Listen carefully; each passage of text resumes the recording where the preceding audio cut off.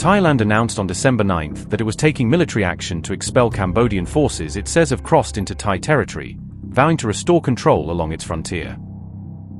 The move comes as renewed clashes have spread along the disputed border between Thailand and Cambodia, threatening to unravel months of fragile calm. Both nations are blaming each other for the latest fighting, which has shattered the ceasefire agreement previously brokered by US President Donald Trump. Trump's truce had brought an end to 5 days of intense fighting in July that killed 48 people and temporarily displaced around 300,000 civilians from border areas. Officials say the December 8 clashes were the fiercest since that 5-day conflict in July, again triggering chaotic evacuations and fears of a wider escalation. Washington has remained largely silent as Donald Trump's much-touted grand peace deal between Bangkok and Phnom Penh appears to disintegrate on the ground.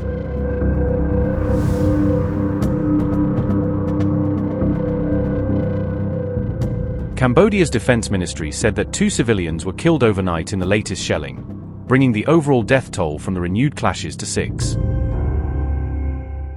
According to preliminary information from the provincial authorities, the Thai military's shelling of civilian areas from December 8, 2025 to December 9, 2025, as of 6 a.m., has resulted in the deaths of 7 Cambodian civilians and the injury of 20 others.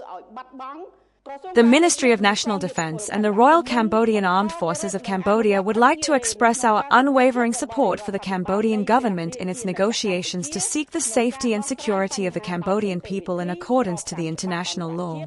At the same time, Cambodia also calls on the Thai side to return to negotiations respecting the ceasefire and peace agreement between Cambodia and Thailand that was signed on October 26, under the patronage of President Donald Trump and Malaysian Prime Minister Anwar Ibrahim as the rotating chair of ASEAN.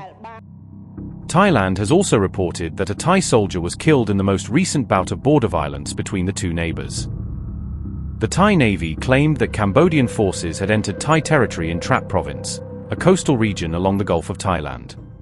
And currently, up to date, the injuries and death on the Thai soldiers has been 1 death to Thai soldier and 29 injured. Thailand is determined to defend its sovereignty and territorial integrity, and therefore military measures must be taken as necessary to protect Thailand's sovereignty and territorial integrity. Cambodia has violated the ceasefire agreements as well as the joint declaration signed by the 2 prime ministers of Cambodia and Thailand in October.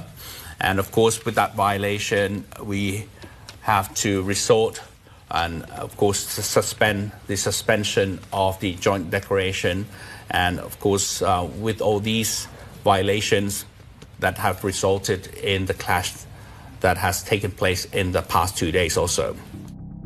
In response, Cambodia's Prime Minister warned Thailand against attacking civilian villages under the pretext of sovereignty, accusing Bangkok of using civilians as an excuse for aggression. Cambodian officials insisted they did not immediately retaliate, despite what they described as sustained Thai attacks on their positions. However, Hun Sen, former Prime Minister and father of current leader Hun Manet, later said Cambodia had been forced to launch counterattacks after initially holding back. Hun Sen stated that Cambodian forces only responded after more than 24 hours of holding their fire, arguing that they had no choice once Thai strikes continued. The Thai Navy has accused Cambodia of building fortified positions and deploying heavy weapons near the frontier, saying these moves threaten Thai security.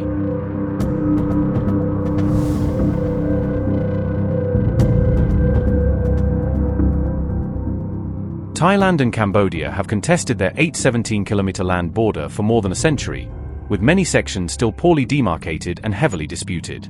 The boundary with Thailand was first mapped in 1907 when France ruled Cambodia as a colony, and those colonial-era maps continue to fuel disagreement today. Disputes over ancient temples and historical sites along the border have repeatedly sparked nationalist tensions and deadly skirmishes between the two sides.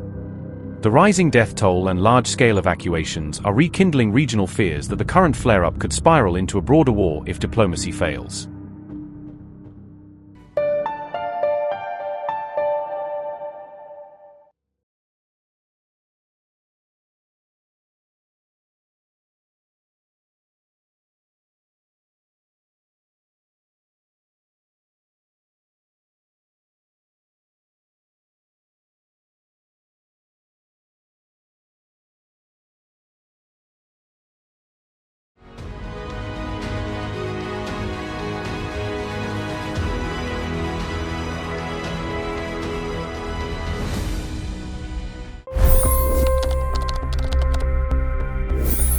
25 crore गरीब गरीबी को परास्त करके बाहर निकले।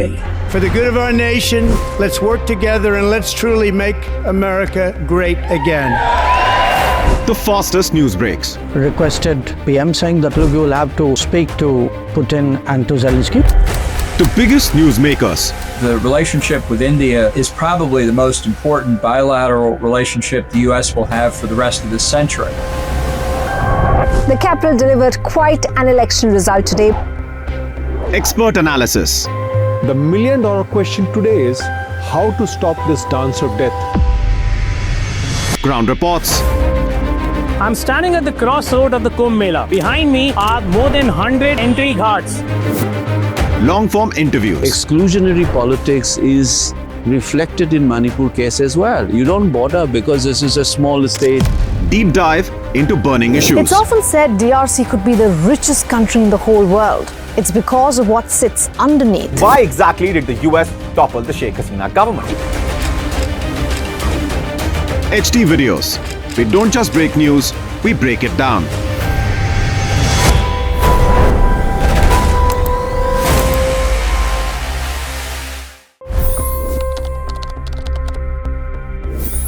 पच्चीस करोड़ गरीब गरीबी को परास्त करके बाहर निकले। For the good of our nation, let's work together and let's truly make America great again.